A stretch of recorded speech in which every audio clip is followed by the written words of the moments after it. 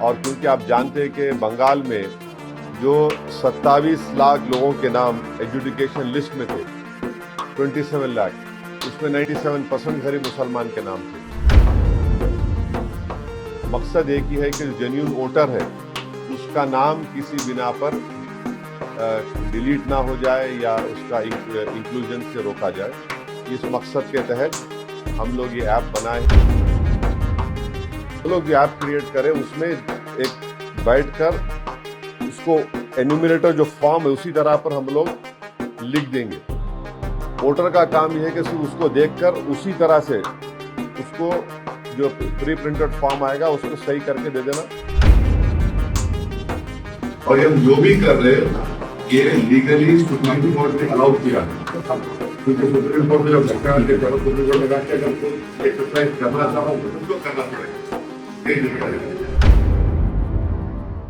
इसमें जो हम लोग जो ऐप क्रिएट किए बनाए वो तेलंगाना में हम लोग उसको इस्तेमाल कर रहे हैं और उस ऐप में 2002 की वोटर लिस्ट और 2024 की वोटर लिस्ट दोनों।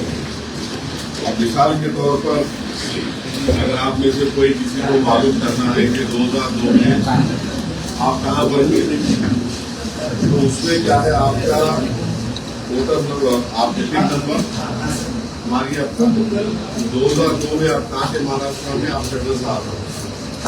तो अगर आपको डोर नंबर नहीं है, डोर नंबर है, डोर नंबर आप लिखते उसमें तो वो डोर नंबर आपको दे देता है। तीसरा क्या है, अगर नाम है, अगर आप वोटर के फादर का नाम डालें और इलेक्टर का नाम डालें वो भी आपको रिकॉर्ड मिलेगा 2002 में आपका नाम। क्योंकि इसमें क्या है आपको मैपिंग करना है और मिसाल के तौर पर अगर कोई 2002 में महाराष्ट्र में नहीं था, कई लोग आते जाते उसको कनेक्शन है इससे वेबसाइट से।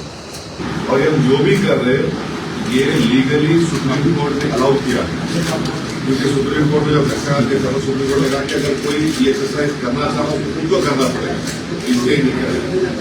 तो मैपिंग बहुत जरूरी है। अगर मैपिंग नहीं होगा तो फिर वोटर का नाम उस एसआईआर में नहीं आएगा और एसआईआर का जो टाइम लिमिट है वो बहुत कम है, 1 महीने का टाइम। प्री प्रिंटेड फॉर्म लाके आपको देंगे, समझे ना। और अगर वो प्री प्रिंट फॉर्म में ऐसे कई जगह पर ऐसा है कि कोई एक समुदाय का है, उसके पिताजी का नाम आ रहा दूसरे समुदाय का, उसको वोटर देखता नहीं है, फॉर्म रख लिए और साइन करके दे दिए, गया, फिर वो मुश्किल हो आती। स्पेलिंग मिस्टेक है तो स्पेलिंग मिस्टेक का प्रॉब्लम यह है कि बंगाल में लॉजिकल डिस्क्रिपेंसी बोल के उसको कर दिए। तो इसीलिए हम लोग जो ऐप क्रिएट करें उसमें एक बैठकर उसको एन्यूमरेटर जो फॉर्म है उसी तरह पर हम लोग लिख देंगे। वोटर का काम यह है कि सिर्फ उसको देखकर उसी तरह से उसको जो प्री प्रिंटेड फॉर्म आएगा उसको सही करके दे देना।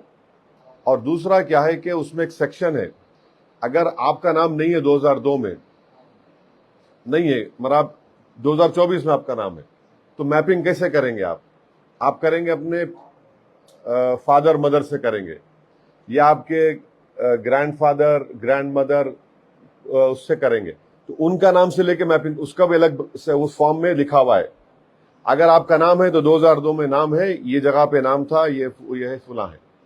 तो ये ऐप हम लोग क्रिएट करें जिसमें पूरे महाराष्ट्र के 280 असेंबली कॉन्स्टिट्यूंसीज का 2002 का 2024 का रिकॉर्ड है।